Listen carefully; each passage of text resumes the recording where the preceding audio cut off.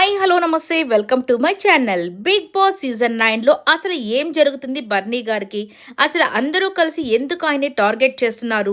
So ఒక గుడ్డు విషయంగా ఆయన్ని అందరూ నామినేట్ చేశారు. ఓకే, గుడ్డు ఆయన ఒక్కడే కాదు కదా చూసింది, తనూజా గారు కూడా చూశారు. కానీ తనూజా గారిని ఎవరూ పట్టించుకోలేదు. ఓకే, ఎందుకంటే ఈయన దానికోసం ఆర్గ్యూ చేశాడు, అలాగే దాన్ని డిస్ట్రాక్ట్ చేసేదానికి ట్రై చేశాడు అన్న కారణంతో అందరూ నామినేట్ చేశారు. ఓకే, మంచిదే.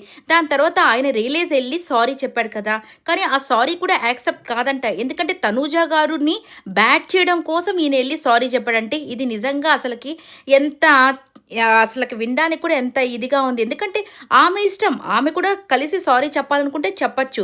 కానీ ఈయన రియలైజ్ అయ్యాడు కాబట్టి ఈయన సారీ చెప్పాడు. దాన్ని కూడా యాక్సెప్ట్ చేయకుండా మీరు కావాలని తనూజా గారిని కూడా బ్యాట్ చేస్తున్నారు అనడం నిజంగా చాలా తప్పుగా అనిపించింది.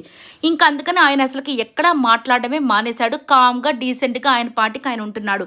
ఇప్పుడు నిన్న గేమ్లో అయితే నిజంగా రీతుకి నిజంగానే అసలుకి ఏమన్నా ఏంటి అసలుకి ఈ అమ్మాయి అన్నట్టుగా బిహేవ్ అయితే చేసింది.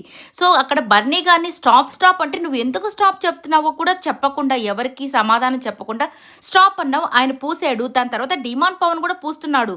సో ఆ అబ్బాయిని మాత్రం ఎలిమినేట్ చేయలేదు, కానీ ఈయన్ని మాత్రం ఎలిమినేట్ చేసేస్తే ఇది ఎంతవరకు కరెక్ట్ అండి? నిజంగా ఆలోచించి ఓట్స్ అయితే